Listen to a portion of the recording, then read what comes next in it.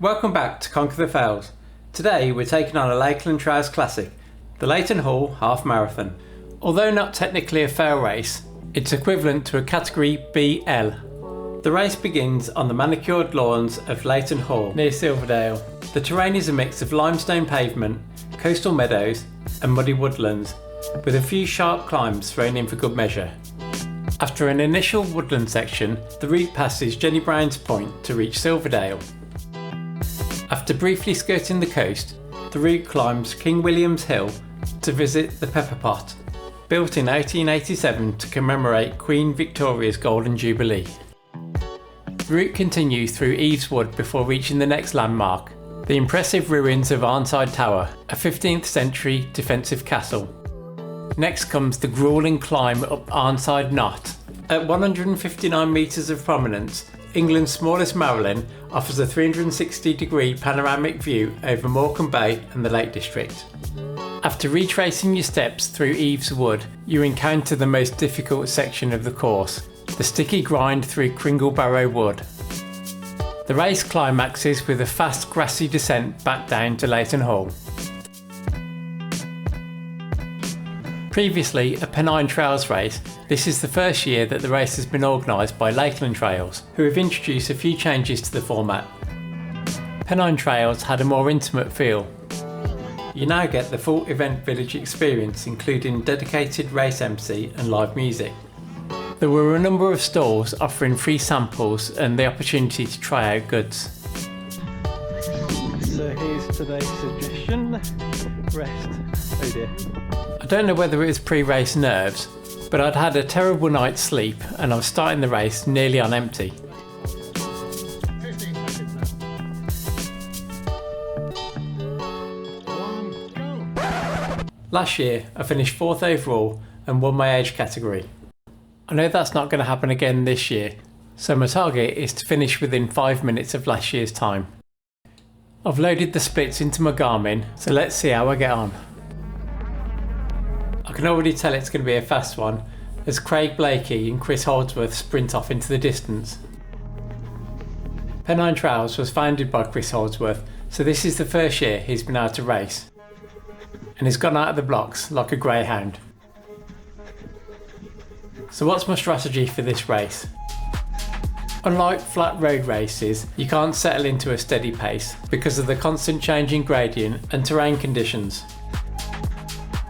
My threshold heart rate is around 169 beats per minute, so that's my target.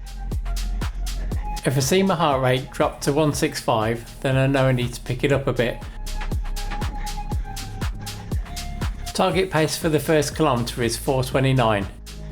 It's difficult to know whether you're on target, because you might be ahead of pace at one point, then all of a sudden there's a really steep hill to slow you down.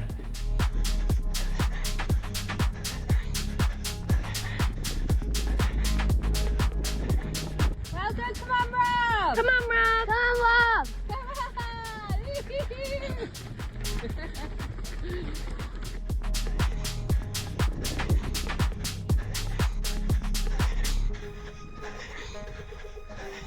At the end of the Leighton Hall drive, we join the road for a short section before turning right into the woods. The field starts to thin out a bit as people start to settle into a rhythm. Chorlton runners come through and I'm thinking about settling in behind him when... Disaster. Just got both my energy gels. It's put me back a few seconds.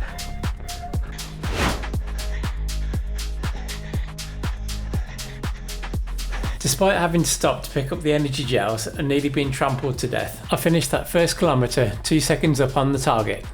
New target pace 4 flat. The second kilometre begins with a fast section through the woods. Be careful not to trip up on those tree roots.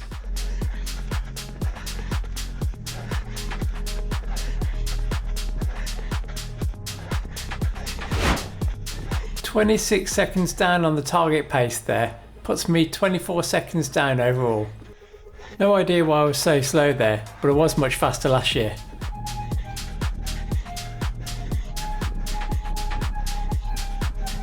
After After a few weeks of persistent bad weather, I planned to wear the mud talons, but when I went to put them on, there was an issue with the lining in the toe box, so I was forced to wear my Roclite Ultras. They're fine on this traily stuff, but I knew that later on in the race there were some really muddy sections to navigate. Coming through this wooded section and I'm catching up with first female. I'm looking for a way through, but it's just too narrow. Sometimes you've just got to be patient. My heart rate's already a little high, so I think it's a good opportunity to ease off a bit.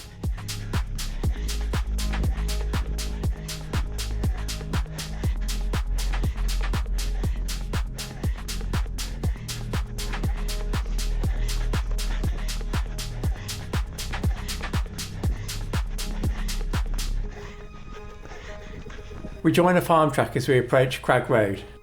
With a bit more space, I open up my stride.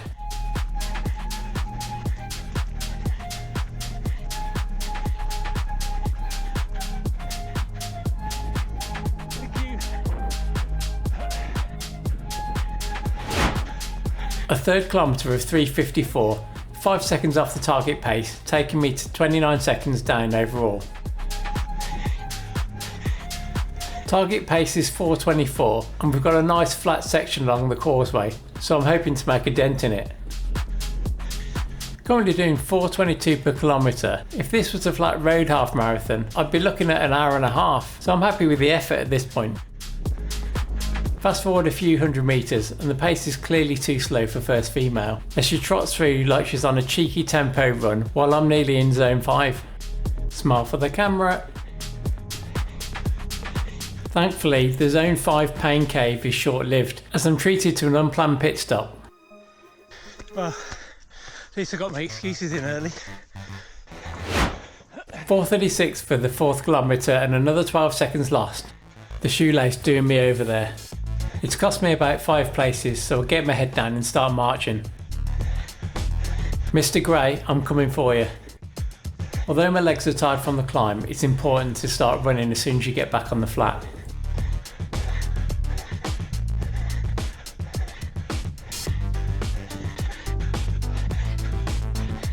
Thanks a lot, Shaw.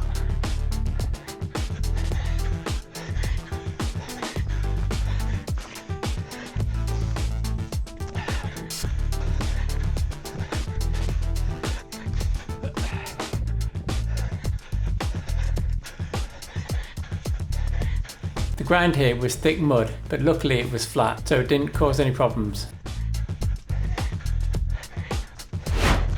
6:40 for the 5th kilometre and a further 15 seconds behind. That's nearly a minute behind. I think I might have been a little bit over optimistic. Thank you, thanks a lot. Spring has definitely sprung. Target pace 4:36 and we're on some good footpaths leading into Silverdale.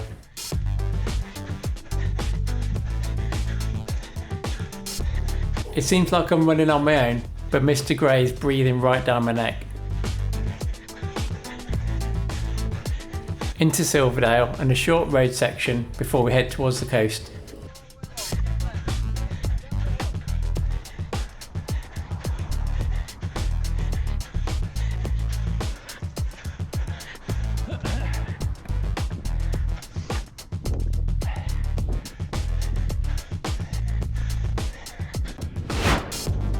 Mr. Gray comes through as we pass the 6 kilometre mark in 4:42.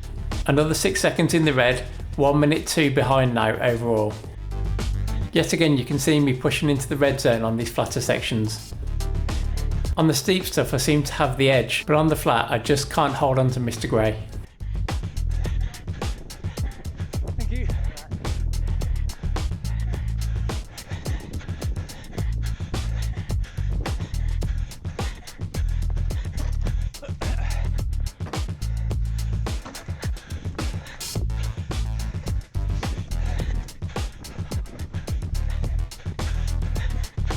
We're approaching Eves Wood now, and although the gap to Mr. Gray isn't growing, someone else is catching us.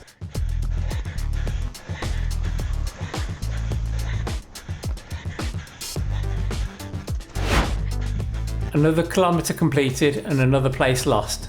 A further 16 seconds behind, taking the deficit to 1:18. Blue Boy kindly holding the gate open for me. He's not hanging around and is closing in on Mr. Gray. The climb up King William Hill taking its toll on Mr. Gray. Blue Boy goes through and I'm able to make the pass. We've just come off the back of a really steep climb, so I'm over breathing to bring my heart rate back down.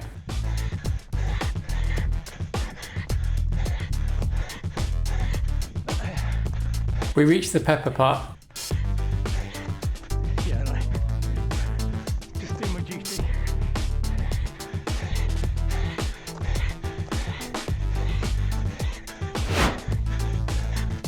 I really wish I had my mug on. 8th kilometre in 6:34, 2 seconds up, but still 1:16 down overall. Thank you. At this point I was a little bit confused. I've done this race twice before. How could someone be coming back already? And another. Challenges. Oh god. Oh, thanks.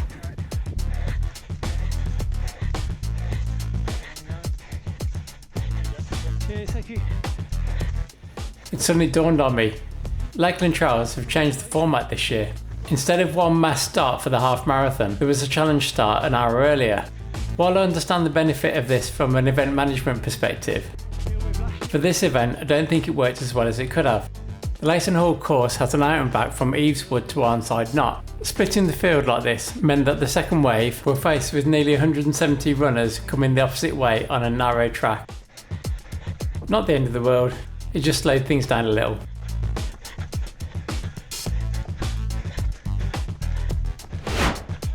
Out of the woods physically if not metaphorically, but the constriction had taken its toll. 27 seconds down on the last kilometre and 1:43 overall. Here we pass Arnside Tower for the first time. Magnificent 15th century castle ruins. That's on David. Not great, was it? Time for my first energy gel. Today it's a mango flavour high five gel. Lucy. This is Lucy from Bowland. She was running in the half marathon challenge. As I said hello, Mr. Gray took the opportunity to go through. It was starting to become a game of cat and mouse, although I'm not sure who was the cat and who was the mouse. As we traversed Arnside Knott, Mr. Gray missed some flags, so I called ahead and put him back on course. Don't we all? I might have done myself out of place there.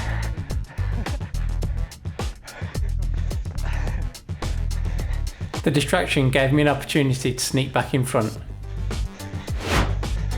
Lots of climbing in that last kilometre, 34 seconds behind the target pace and 2 minutes 17 behind overall.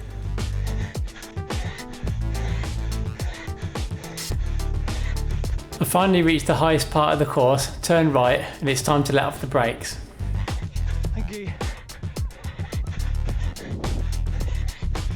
What a beautiful view of the Kent estuary with the Lakeland Fells in the background.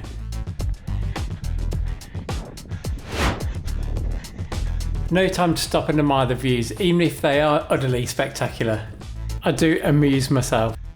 My jokes are legendary. You could say cream of the crop. Anyway, enough of that nonsense and back to the race.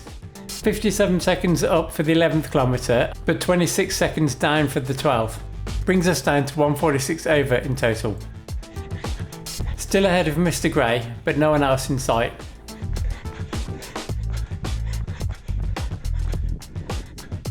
No time to stop for a room chew as we return to the refreshment station. My fueling and hydration strategy today is 2 gels and 500ml of electrolytes, which I'm sipping steadily every time my watch beeps for another kilometre. The first gel was at 8 kilometres and the second one is planned for the 15th kilometre. The 13th kilometre is a 4:26, that's 9 seconds up on the target, down to 1:37 overall. Back onto the narrow Eveswood section now, although this time uphill.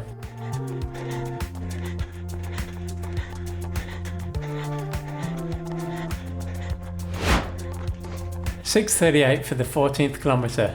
26 seconds off the deficit, down to 1:11 overall. Come on.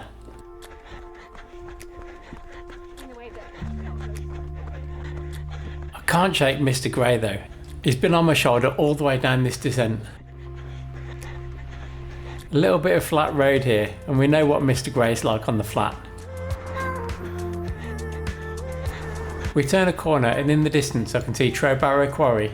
As well as fell running, I'm a keen climber. This is me on a route called Jean Genie on the main wall at Trowbarrow.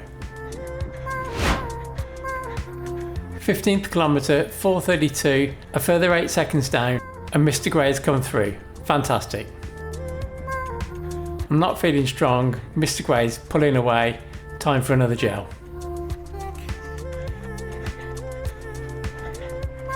Thank you. Into the field, and I can see that Mr. Gray's opened the gap up even wider. 16th kilometre, 5:34 pace, and a further 50 seconds down. I'm clearly starting to struggle.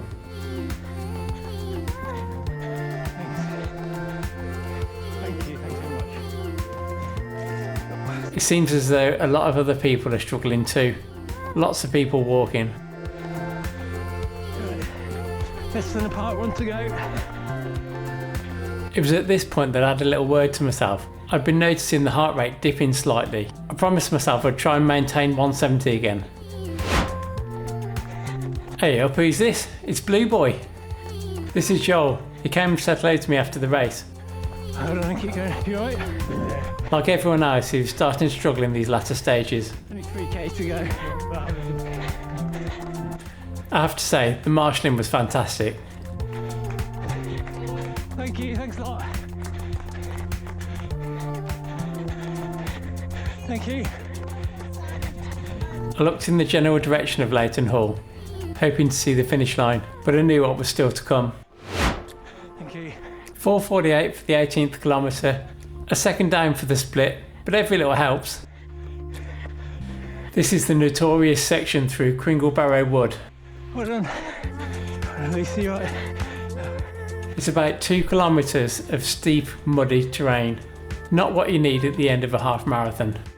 But that energy gel had kicked in, so I was feeling stronger, and I knew that Mr. Gray was up ahead somewhere. 6:37 and 8 seconds up for the kilometre. The overall target time doesn't look likely, but look ahead, it's Mr. Gray.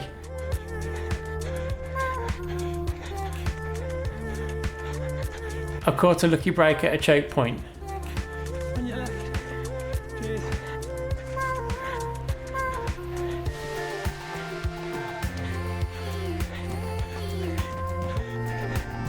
Just over a kilometre to go now. I went past Mr. Gray, expecting him to come with me. The whole thing feels like it's been so much muddier than last year. I was determined to make things harder for myself. Oh God, the gate's open, the gate's open.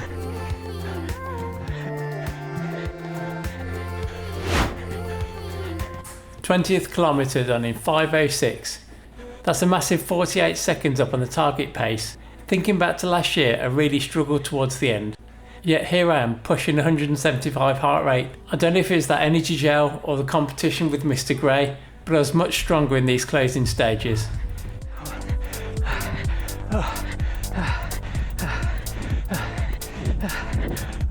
But listening back to my breathing, I think I just tried harder. One last look over my shoulder and it's time for the final descent. In my previous video, I undertook a biomechanical screening at Lancaster University. The screening revealed a massive strength deficit in my left-sided kinetic chain. Essentially, my left leg isn't strong enough to absorb the massive deceleration forces on steep downhills. This imbalance recruits the adductor as an emergency shock absorber, so I'm actively trying to manage that with a higher cadence and shorter steps.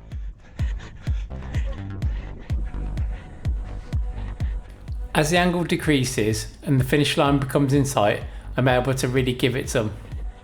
At the top left, you can see my pace and cadence maxing out.